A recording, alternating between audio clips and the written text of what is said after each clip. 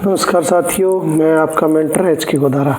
और जो आज की हमारी क्लास रहेगी साथियों, वो राइटिंग ईमेल के बारे में है, जो हमारा HSC के अंदर टॉपिक डिस्क्राइब है। तो ईमेल राइटिंग पढ़ते हैं। तो ईमेल राइटिंग एक प्रकार का लेटर हम मान सकते हैं, जो कि आज के मॉडर्न ज़माने के अंदर लिखा जाता है। तो ईमेल की सबसे पहले तो हमें एब्रीविएशन पता होना चाहिए कि email stand for electronic mail, यानी कि ईमेल की जो फुल फॉर्म क्या है, इलेक्ट्रॉनिक मेल। और किस लिए यूज़ करते हैं? Easiest and cheapest way of communication writing. तो ये किस लिए यूज़ किया जाता है? क्योंकि सबसे सस्ता और सबसे आसान तरीका किसी को मैसेज करने का या ईमेल भेजने का या किसी इन्विटेशन पे किसी को बुलाने का सबसे अच्छा तरीका है। तो ये आपको बता दिया, 3 प्रकार की ईमेल हम भेज सकते हैं। पहली प्रकार की ईमेल है फॉर्मल, यानी कि किसी कंपनी को या कोई किसी पर्सन को, या हम किसी कहीं वर्क करना चाहते हैं तो उस विषय में हम फॉर्मल ईमेल लिखते हैं। फिर है सेमी फॉर्मल, यानी कि कहीं हम कंपनी में काम करते हैं तो बॉस या किसी एम्प्लॉय को लिख सकते हैं। फिर होता है इनफॉर्मल, यानी कि इनफॉर्मल होता है अनौपचारिक, यानी कि हमारे रिश्तेदार, भाई बंधु या कोई क्लोज रिलेशन में जो है उनको लिखने के लिए इस ईमेल का प्रयोग किया जाता है। तो ये थी ईमेल की फुल फॉर्म और टाइप ऑफ ईमेल। अब स्टार्ट करते हैं फॉर्मेट। तो सबसे पहले जब भी हम कंप्यूटर पे देखते हैं तो हमें कौन सा कॉलम दिखाई देगा? फ्रॉम का मतलब है सेंडर्स ईमेल, अपना ईमेल आईडी, यानी कि हमें अपना ईमेल आईडी इसके अंदर एंटर करना होता है। फिर टू, जैसा कि हम जानते हैं लेटर की तरह हम टू जिसको भेजते हैं, यानी कि रेसिपिएंट ईमेल, जिसे हम भेज रहे हैं ईमेल, यानी कि जिस व्यक्ति या कंपनी को हम ईमेल भेजेंगे उसका हमें एड्रेस किसके अंदर, कौन से कॉलम में फिल करना होता है? टू में। फिर है सीसी, 2 बार सीसी लिखा होता है, उसका मतलब है कार्बन कॉपी।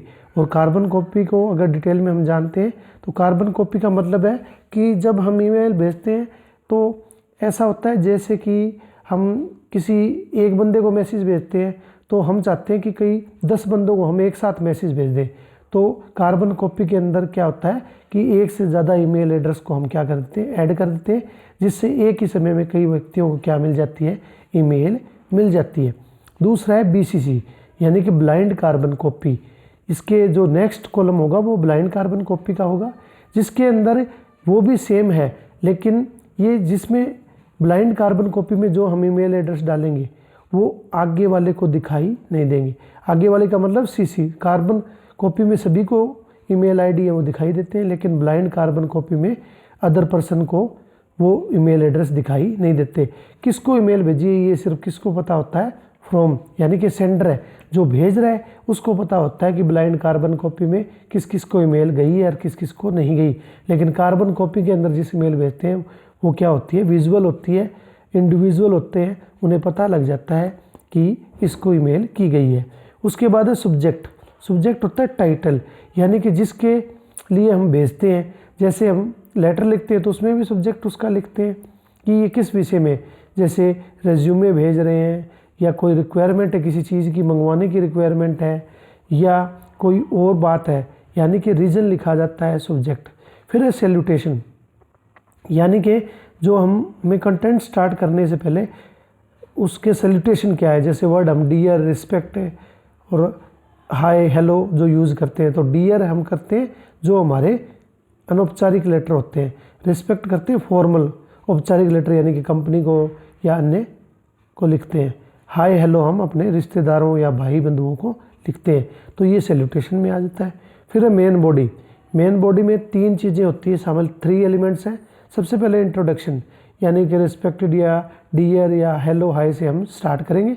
फिर है मैटर इन डिटेल, यानी कि अगर हम बर्थडे पार्टी कर रहे हैं तो उसका डेट, डे, समय, स्थान, सब चीज़ें हमने लिखनी है। मैरिज का है तो मैरिज के बारे में लिखना है, कोई कंपनी बनाने जा रहे हैं तो उसके बारे में लिखना है। फिर कंक्लूजन, यानी कि सम अप करना है उन चीज़ों को।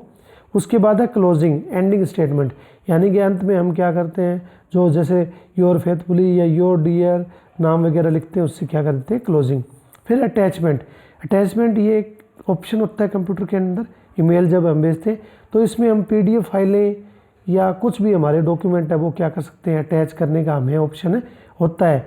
जैसे हम अगर किसी को रेज्यूमे लिख रहे हैं तो अपने डॉक्यूमेंट फोटोकॉपी जेरोक्स के रूप में भेजते हैं। तो ये एक मॉडर्न तरीका है किसी को कुछ भेजने का, यानी कि हम इसी लेटर के अंदर या इसी ईमेल के अंदर क्या अटैच कर सकते हैं, पीडीएफ फाइल को। फिर है सिग्नेचर लाइन, यानी कि उसके ऊपर हम किसने किसको भेजा है या अपना नाम वगैरह, हम फ़ोन वगैरह दे सकते हैं। तो साथियों इसके बाद आगे देखते हैं। फिर है हमारा सब्जेक्ट लाइन। सब्जेक्ट लाइन का मतलब क्या होता है, जो हमने सब्जेक्ट पीछे किया था उसी का ही मतलब है कि सब्जेक्ट लाइन का मतलब है कि ज़्यादा बड़ा नहीं लिखना है। तो हमें श्योर सा एक ही लाइन में बताना है कि ये किस विषय में हम ईमेल भेज रहे हैं। कुछ बातें जो हमें ईमेल देखने से पहले या लिखने से पहले ध्यान में रखनी चाहिए। Keep your email ID subject short, यानी कि ईमेल आईडी में जो मैटर है, सब्जेक्ट है, उसको शॉर्ट कंसाइज लिखना है और लिमिटेड टू 40 कैरेक्टर्स, 40 कैरेक्टर से ज़्यादा हमारी ईमेल नहीं होनी चाहिए। Avoid spam words in your email, और स्पैम वर्ड्स जैसे आलतू फालतू के शब्द हमने यूज़ नहीं कर रहे हैं। Make your subject line personalised, और सब्जेक्ट लाइन को पर्सनलाइज भी हम कर सकते हैं। For specific personalise for specific reader, यानी कि अगर हमारे रीडर जानकार हैं तो उसमें पर्सनल शब्दों का प्रयोग हम सब्जेक्ट में कर सकते हैं। फिर have a call to action, ये इसके अंदर एक फंक्शन होता है ईमेल के अंदर जिसको CTA बोलते हैं। अगर फुल फॉर्म आ जाती है CTA की तो have a call to action होता है। इसके अंदर हमें क्या होता है कि जो रीडर है, यहाँ लिखा हुआ है prompt response from your reader CTA is good idea to add where you have multiple professional contacts in your email, कि आप CTA ऐड कर सकते हो कि आगे ने जिसने ईमेल पढ़ा है उसका रिस्पॉन्स आपको मिले, कि आपने कोई वीडियो बनाया है या आपने रेज्यूमे भेजा है, उसका रिस्पॉन्स प्राप्त करने के लिए किसका प्रयोग करते हैं, हमें CTA का प्रयोग किया जाता है। फिर है make use of carbon copy and blind copy, बता रहे हैं कि हमें यूज़, अगर हम कार्बन कॉपी और ब्लाइंड कॉपी का यूज़ करते हैं तो बड़ा अच्छा माना जाता है, क्योंकि कार्बन कॉपी में क्या होता है, किस किस को हमने ईमेल भेजी उसका पता लगता रहता है। और ब्लाइंड कार्बन कॉपी एक सीक्रेसी बनाने के लिए, कि हम नहीं चाहते कि कोई व्यक्ति हमारी ईमेल को देखे, तो हम BCC फॉर्मेट या BCC ऑप्शन का प्रयोग